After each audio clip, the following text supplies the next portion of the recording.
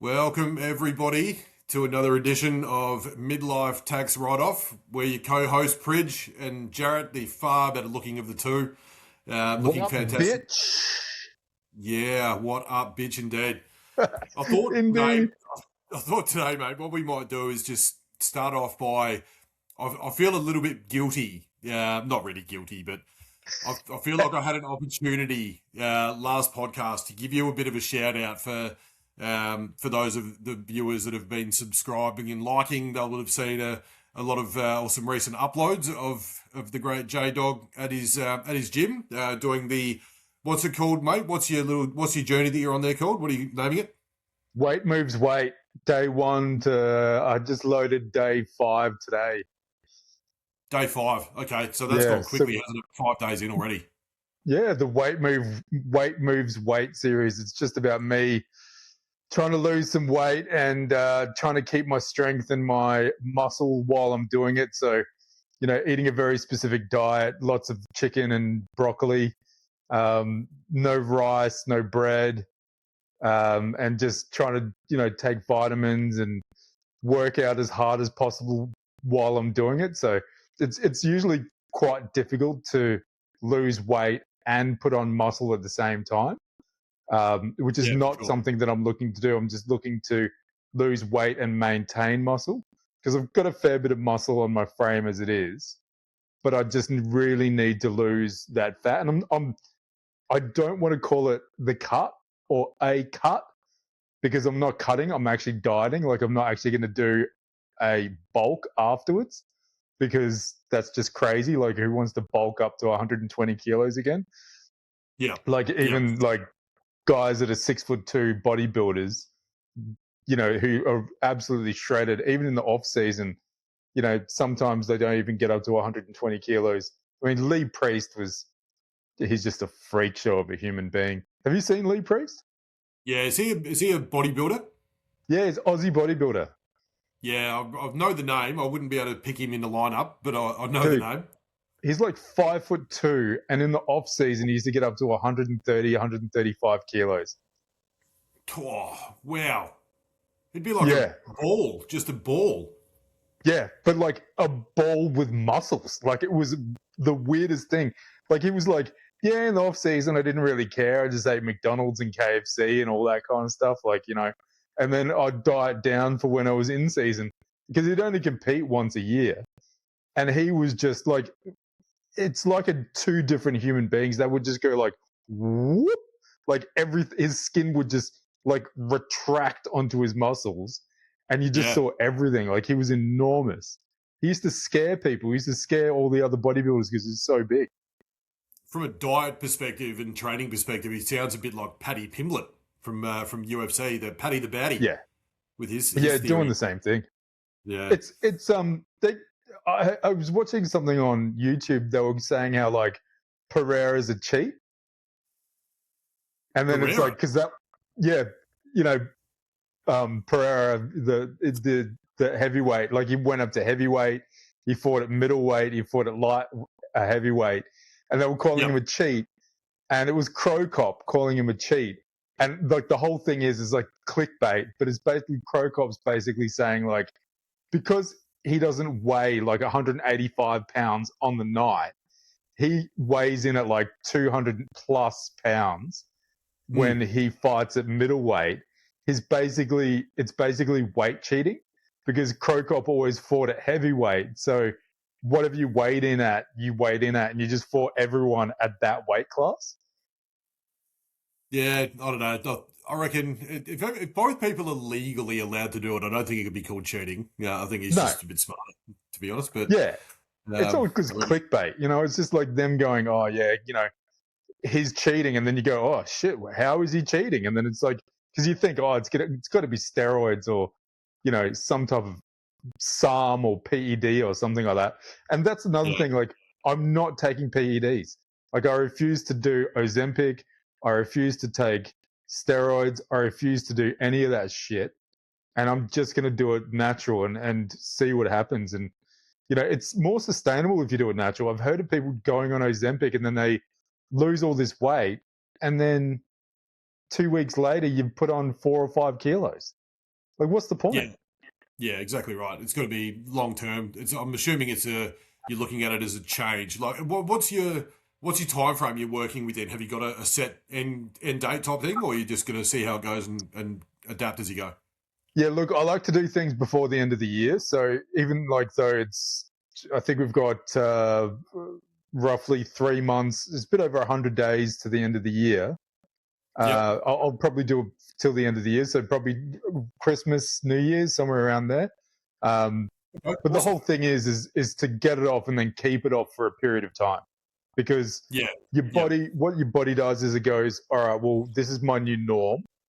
Like I got down from 145 kilos to 120 kilos, and then my Yep. body found that that's its new norm, and then now I just sit there.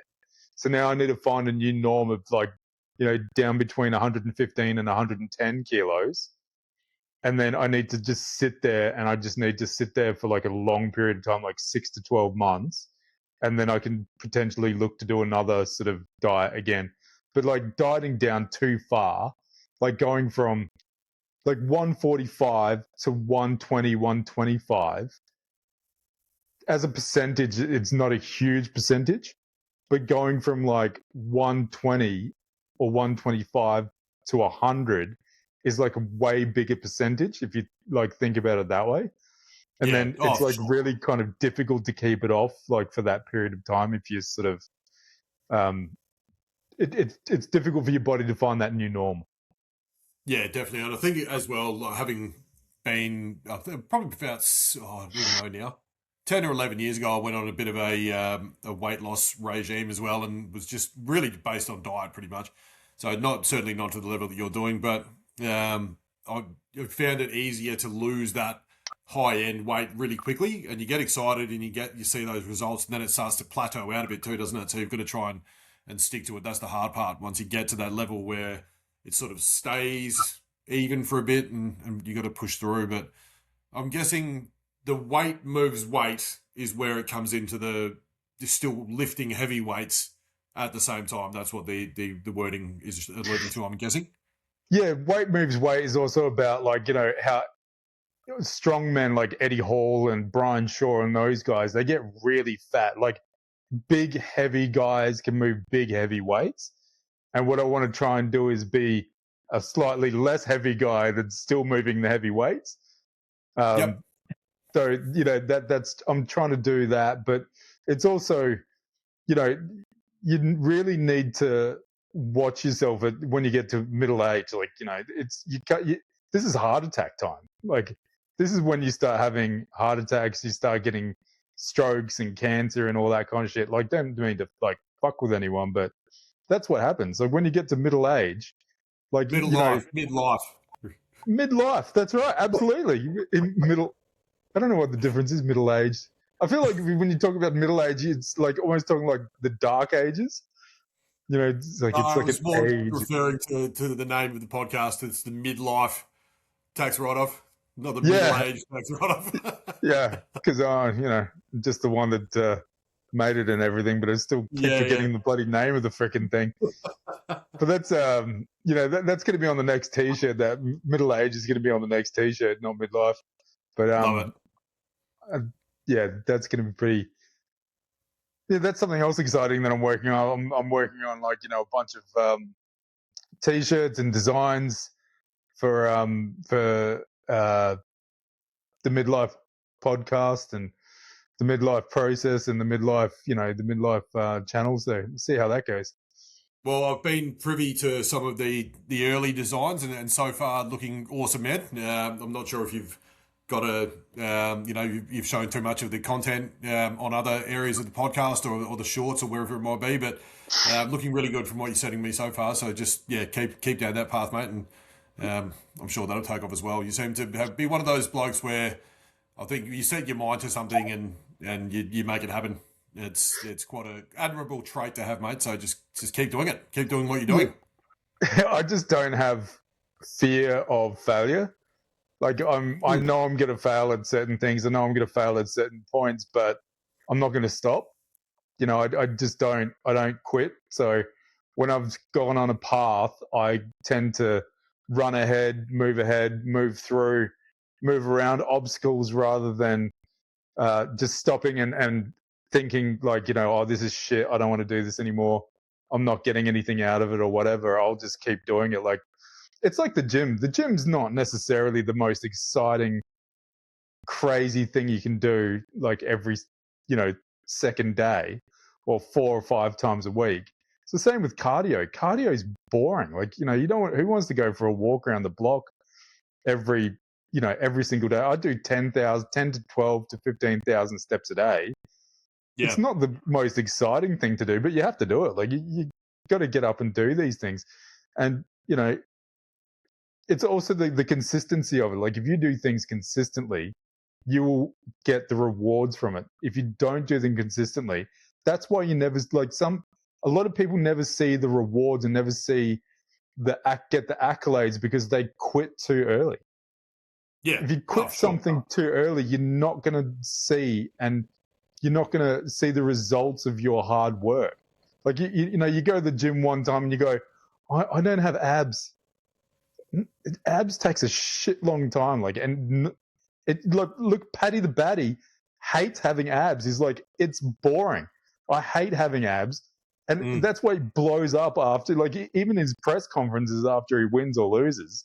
He's there eating like pizza and hot dogs and all that stuff. Like, he's just like a foodie. He endears himself to the crowd by doing that too. I've given up on a six-pack. I literally have. I think when I was 26 years ago, 30 years ago, somewhere in there, I might have had a 2-pack. Yeah. That's about as good as I've ever got for me. But I think that the 6-pack dream is gone, except for the kind you can go and buy. But I think that level of fitness is done for me. But do you notice any change already? Like, you've only been doing it for a short period, but have you seen any, like, I suppose, changes in your mindset or your mood or your energy levels or anything like that? Yeah, for sure.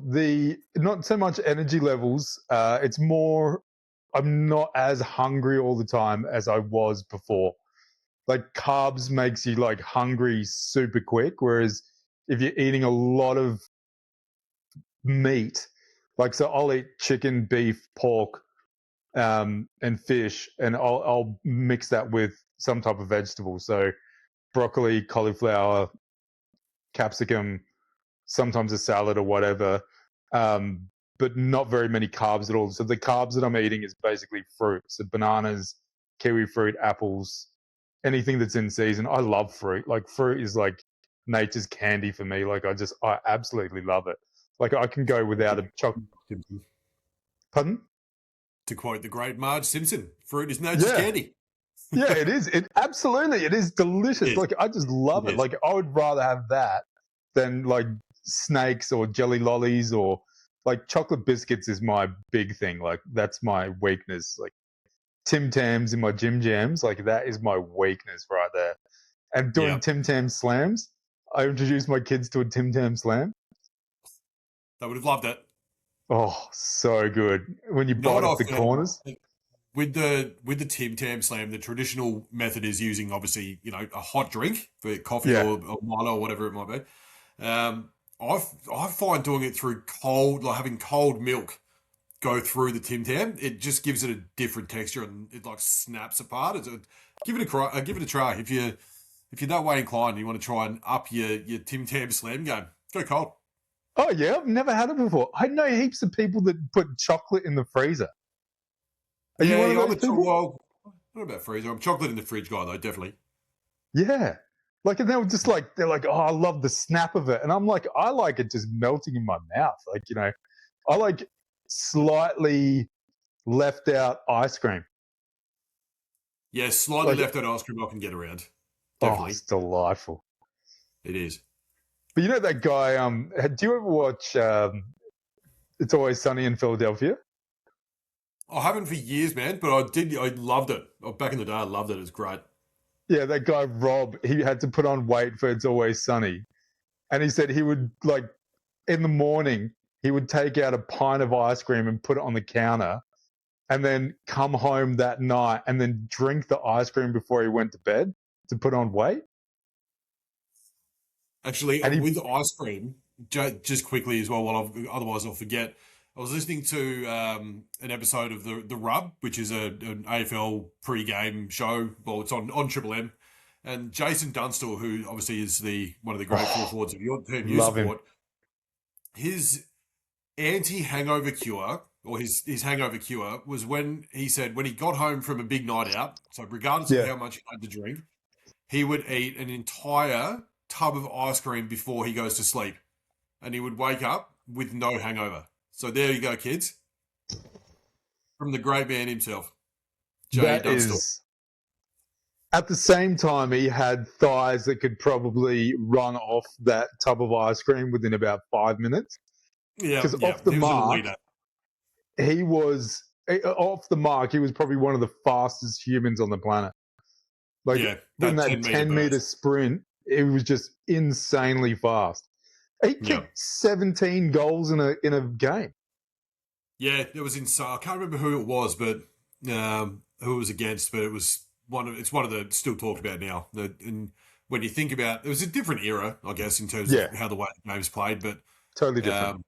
The feats of Buddy Franklin and what he achieved, and then you see that Dunstall's kicked a few hundred more goals than him, and just 17 in a game. It's unbelievable. But that was back when the game was pure.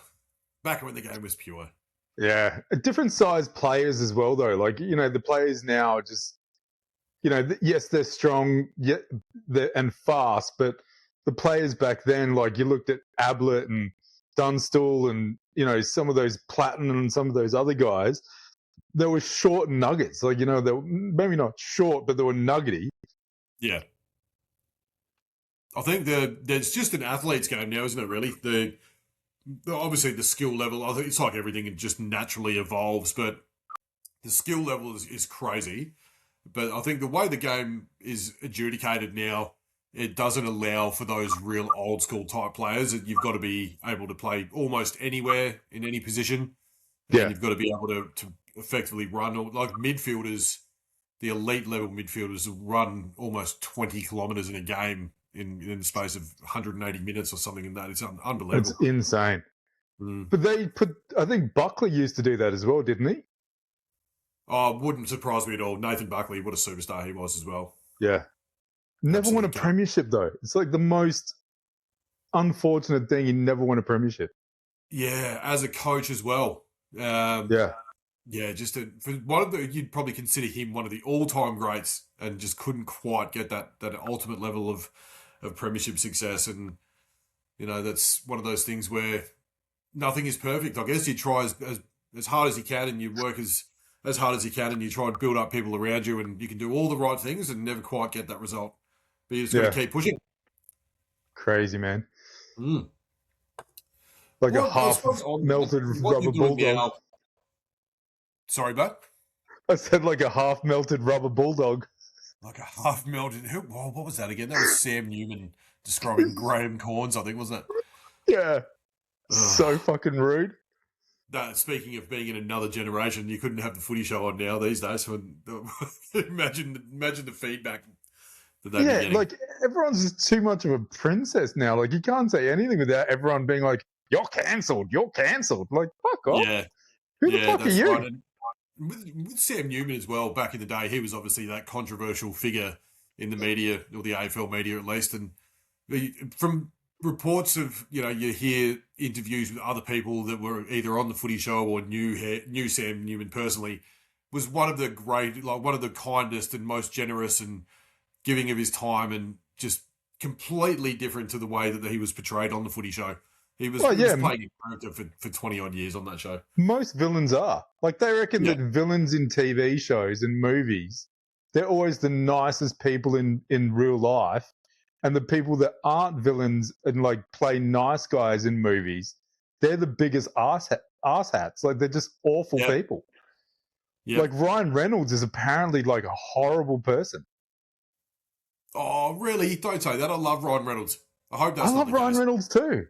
But there's shit that people say about him. I don't know if it's just like tall poppy syndrome, because he's like, he's good looking. He's got the beautiful wife. He's got all the money. He does really great movies. He's an A-list superstar. But then people talk shit about him. But, who knows? who knows? I guess you never really know a person until you meet him, and well, Yeah. even then, you don't know until you've known him for a while. Well, no But one talked shit about Brad Pitt. well, that's true. Yeah, you don't hear much bad news about Brad Pitt, do you? Well, maybe Huh. lately there's a bit more floating around. Is there what? Like what? Well, I think there's something that I've read or heard. I don't even know if I opened the article just about his. He has. It's been a while since I think he's seen his kids. Oh, but that's, For some reason, I there's think, a who knows? statistic about divorced fathers. I think it's 60%. I think it was 60% of divorced fathers end up not seeing their children after the divorce, but it's mostly, you know, because the fathers are the ones that are moving out. Yeah, The fathers are the ones that are moving away, and the mums make it difficult for the fathers to see the children, and yada yada yada. particularly if you're referencing just those Hollywood A-listers or any celebrity person. You never really, because obviously the media is designed to create certain levels of shock value and create scandals that necessarily aren't even happening, and so you always have to take it with a bit of a pinch of salt, and could be very, very different scenario behind the scenes. Like Yeah, absolutely.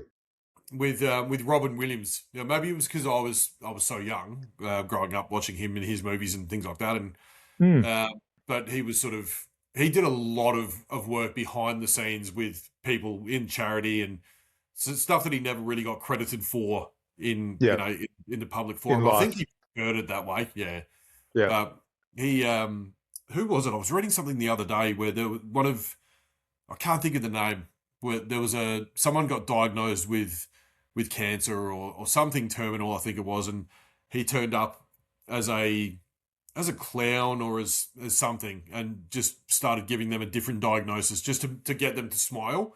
Yeah. Because laughter was the best medicine. I've absolutely butchered that story, but I'll see if I can find it and I'll cover it off again later. But He um, also went and visited Christopher Reeves just after he broke his neck. actually, that's the one I'm thinking of. I reckon. Yeah. Yeah, yeah. What's the story about that? Give me the accurate version of it. Yeah, he said Christopher Reeves had broken his neck and he obviously couldn't walk anymore. And he was in like this big depression and things like that. And Robin Williams came in and started giving him shit about like not being able to walk and all this stuff. It made like Christopher Reeves laugh so much and it just changed his life. Like, made him so happy and all this kind of Yeah, stuff. But Robin Williams was, I've heard he was a big joke thief. Like he used to steal people's jokes and stuff, and he yeah, used to right. get things written for him. But as much as he might have been stealing people's jokes, you can't stop him from being funny all the time. Like off the Exactly. cuff funny, of just him on Letterman, on like Don, like when he's with Don Rickles and all those other guys, he is just hilarious. Like he can just make anyone laugh at any period of time. Like he's just naturally funny. Yeah, 100%. And to me, he's like, I couldn't even actually tell you a Robin Williams joke as, per se. Well, he was always, his, he used his body a lot and his mannerisms and his changing to impersonate someone else or whatever it might have been.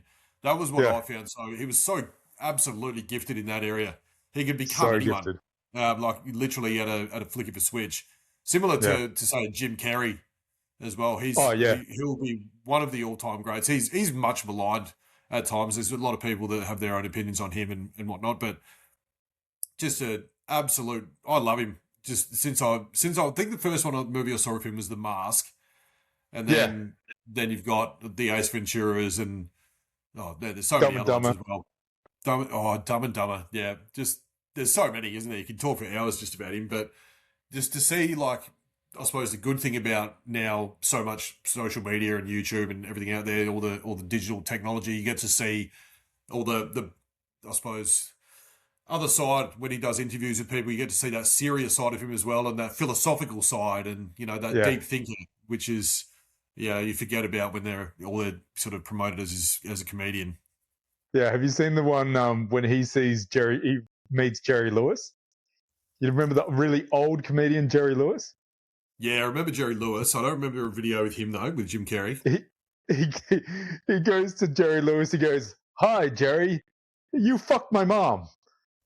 Because they're compared to each other all the time. Like their comedy's kind of compared to each other. And he goes, Okay.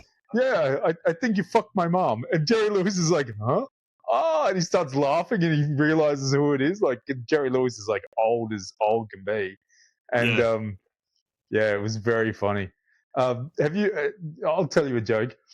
Um, would you rather eat a baby goat or a matter baby? Can you say that again? Would you rather eat a baby goat or a matter baby? What's the matter, baby? No, then you said, like, "What's the matter, baby?" I'm like, "Nothing, sugar. What's up with you? I ruined it for you, mate. You That's fucked it why up." I had to I'll get get you to another say one. it again because I'm like in my head. What the fuck is the matter, baby? I should have just Yeah. gone with it. You're just too smart. You like figured it out before the end of it. I need to tell this to a blonde. I'm like Rain Man with jokes. Brain man. I got Brain another Man. one. What's the only part of a vegetable you can't eat? Ooh. No, give it to me. The wheelchair. The world. Oh no! I knew it was going to go down that road. It's So fucked good. up. There is nothing better than an inappropriate joke. So good. So inappropriate. I'm trying to think. There's when I used to live with Jack. His son Leo, who's just an absolute ripper. He's like a surrogate nephew. He came up to me one day, and I don't even think he correlated the joke between my hand injury. He came up and he said, "Uncle Pridgy, knock knock." No, sorry, let me start that again. He comes up and he goes, "Uncle Pridgy, this is Bob. Bob has no hands. Knock knock." I said, "Who's there?" And he said, "Not Bob," and just ran off. It was one of the funniest moments. It's probably one of those had to be there moments for those listening. But yeah, that was just he was I think 6 at the time, so for him to come up with that little wit was quite impressive. I thought. Yeah. Have you heard this? This one, I think this is right. You go. Have you heard this knock knock joke? You start. Knock knock. Who's there? I don't know. Do you get it? Because it's like you start, you fuck, like it's totally fucked from the beginning. Yeah, not a good joke, man. Not a good joke. I fucking piss myself. I like those shit jokes. It fucking makes me fucking laugh. It's like that's just so fucking stupid. What was it? My brother used to tell me just the stupidest jokes when I was a kid. Like, why couldn't Peter ride a bike? Yeah, why? Because Peter was a fish. Like Yeah. just that type of stupid shit. There's so many of those, but laughter is just the best thing ever. I'll often go to sleep before I close my eyes at night. I'll chuck on some YouTube shorts or whatever it is, or go on listen to a podcast online. But I'd absolutely love stand up comedy. Yeah. Just some of the all time greats. Are you familiar with Bill Hicks at all? Yeah.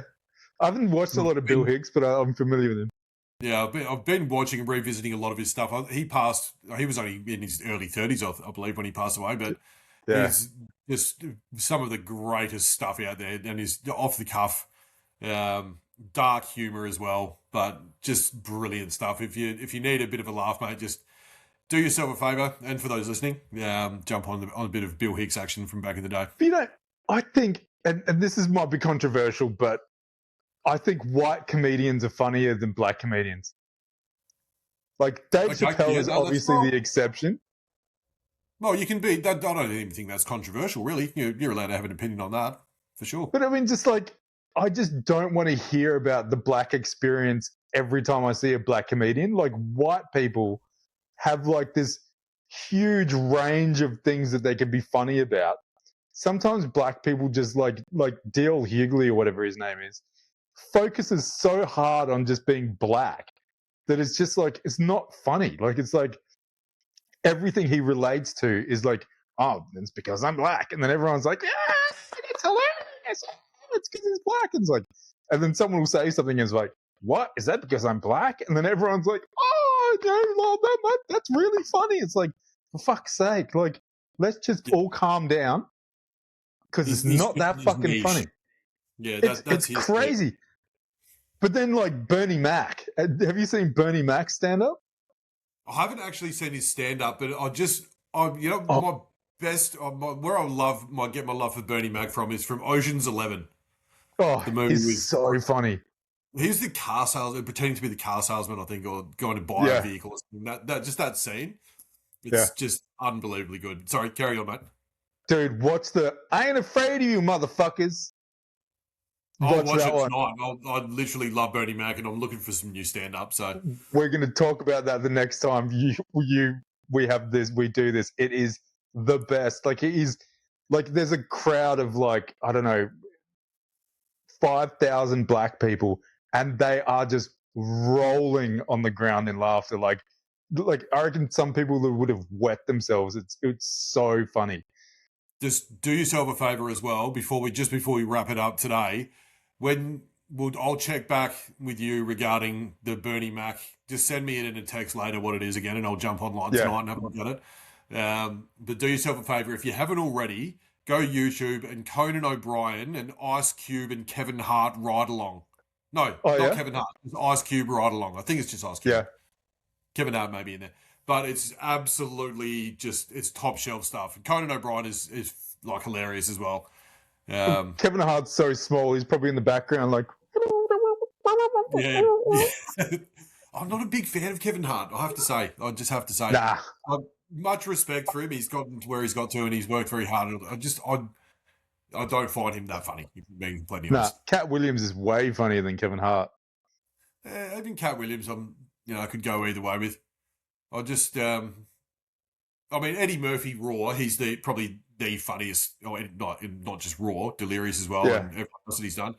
But he would have to be the best like stand up. I would say for sure. For sure. Richard Pryor maybe as well. I haven't watched enough of his work, but he gets a lot of talk even now. I'm not even sure if Richard Pryor's still alive, but No, he died ages ago. I like his movies. His movies are just classic. what's his most classic one? Coming to America's Eddie Murphy, isn't it? That's Eddie Murphy. Yeah, Coming to America's Eddie Murphy. There's is it Hoodlums or what? There's one of them where they're gangsters, but there's another one where he is Brewster's Millions. Yeah, no, maybe I'm not familiar with his movie back catalogue either. Oh, it's Probably might be a bit really before its funny. time. And it's a kids like it's appropriate for kids as well. Like it's a good kids movie because it teaches you like he inherits like all this money, but to inherit more money, he has to spend the money that he inherited to get more money, and then it teaches you like a really good, like it teaches kids like the worth of money, and it's like it's just a very good movie. But yeah, I'll give it a look. Well, we maybe will. on that note, mate, I might wrap this one up at the risk of boring everyone with our amazing stories again. Thank you very much for sharing your journey, mate, so far. I'll be keen to touch base and get some updates on that as we go through and stick to it and trust the process and all the best with it. And we'll catch all you guys very soon again. Just don't forget to hit like and subscribe to the Midlife Tax Write-Off. I'm one of your co-hosts, Pridge Dog. We've got J-Dog over there giving us some of that weight results. Look at him go, the big fella. Pulling the shit his faces. All right, catch ya. See you later, guys.